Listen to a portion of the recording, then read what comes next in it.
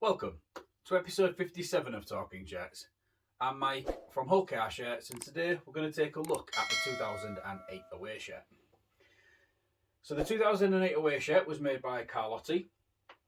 We was with them for 4 years, from 2005 through to 2008. The 2008 shirts was probably the last plain shirts that was that really heavy cotton material, the style that people had really come accustomed to sort of through the 80s and the 90s. Again, was still prevalent in the 2000s, but it was becoming towards the end of its lifespan.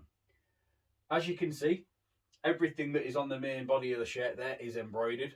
We've got the parasol sponsor, Carlotti, the club badge, and then the Lloyd's TSP sponsor across the front is all embroidered into the shirt. These Lloyd TSP markers up here, these have been heat applied. So you can see they are coming away a little bit there, showing some wear and tear. This is the old collar placement, which I've shown you previously. So normally you would expect to see these on the collar, but as collars was kind of making an exit in this era, they jumped them down just onto the shirt, and they're still actually present today, except being on an angle, they're a little bit more straight. So if I show you a picture on a 2021 shirt, that you can see up here, or if I pop a picture up for you, you can see that the sponsors have kind of dropped a little bit and they're a little bit more straighter, opposed to it being in line with the collar there. The shirt here has like a grandad style collar on it. There is a little button in there. And then these little 6 lines here, this is the reinforced stitching which has been added to the shirt just to give it that little bit more durability. This shirt is very reminiscent of the replica. The main difference is this reinforced stitching here and here. So the shirts that was used for game day were the same style that was bought from the club shop, with this reinforced stitching added in. Shirt that I've got on the mannequin here, the size is actually an extra large juniors, so it is a very small shirt. It was worn by James Webster, who was reasonably small for a rugby league player, and it wasn't uncommon for us to do that. As I've mentioned in the past with the 2007 shirts, the 2006 shirts, we use kids shirts across the board. Whereas in 2008, it did branch out a little bit more, because I do have one of Paul Cook's shirts, which is a medium, I believe.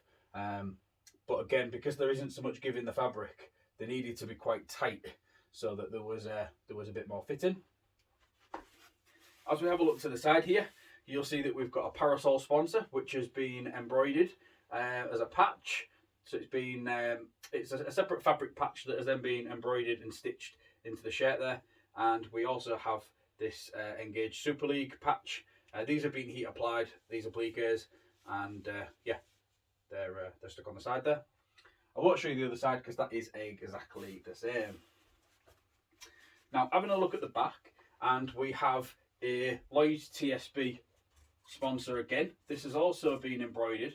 Now, the thing with this is this is where they got the shirt wrong, in my opinion. Now, this should have been a lot smaller, and it should have been a lot higher up, because as you can see this now, the number is quite low down on the shirt, which in turn has meant that the name needs to be a little bit lower. Now, what happened at the start of the 2008 season was that the club actually wore the numbers underneath here, and then they had the name applied down the bottom. Now, it's going to be very difficult for me to show you, and you probably can't see it here, but I will try and pop some pictures up where hopefully, fingers crossed, you'll be able to see it a bit better. But the name is applied across the bottom. Now, we never actually wore this 2008 away shirt with the names along the bottom, to my knowledge.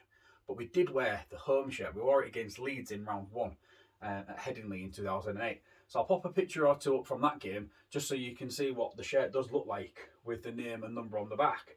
But you can still make out, when you're looking at it in the right light, you can see where the name Webster was applied down here. The bottom of the number starts here, goes up to there, and I can see where this number 7 was. So yeah, found that really interesting. So yeah, another kind of little bit of a quirk there with the shirt. Obviously, the shirt, it's a navy shirt it's got gold detailing on. Very similar to the shirt that came before it in 2007, except that one did have a collar and it didn't quite have as much gold on it. Moving on to the player, James Webster was with us from 2005 through to 2008, which is the same length of the deal of the Carlotti deal, so it's quite interesting that the shirts that he played in over them 4 seasons were all Carlotti. James Webster, He made 94 appearances for Rovers across those seasons, and he scored 33 tries in that time. His career at the club did come to an end in 2008 when he suffered an injury, and the club took the opportunity to sign Michael Dobson, and it was probably a good bit of business at the time. I think, you know, if I was supporting the club and I was around at the time, I would have felt quite harsh for James, but I feel like business probably ruled on that one. And the player that we got in Michael Dobson wasn't really a throwaway 6-month player. He was somebody that represented the club for 7 years himself. So I feel like the decision was probably justified on that one. James did spend some time in 2005 coaching the club before Justin Morgan came in. And another distinction that he got was in 2016 when he stepped up to be the caretaker manager through to the end of the 2016 season. So, that's been James Webster and the 2008 away shirt. It's interesting as well, actually, because we had 2 Websters during 2008, and they were both J's, both J Websters. We had Jake Webster and we had James Webster. So it was just the name Webster. Some of Jake's shirts did have Jake.Webster, and then his number 4. Others just said Webster and number 4. So yeah, it was an interesting time to have 2 players by almost the exact same names, especially when it came to a shirt printing point of view. Right then, so that is now everything for episode 57 of Talking Shirts. Hope you've enjoyed watching. Make sure that you follow me across social media, and also if you would subscribe to the YouTube channel, that would be great. I'll be back in 2 weeks' time, where I'll be back with episode 58 of Talking Shirts. Bye for now.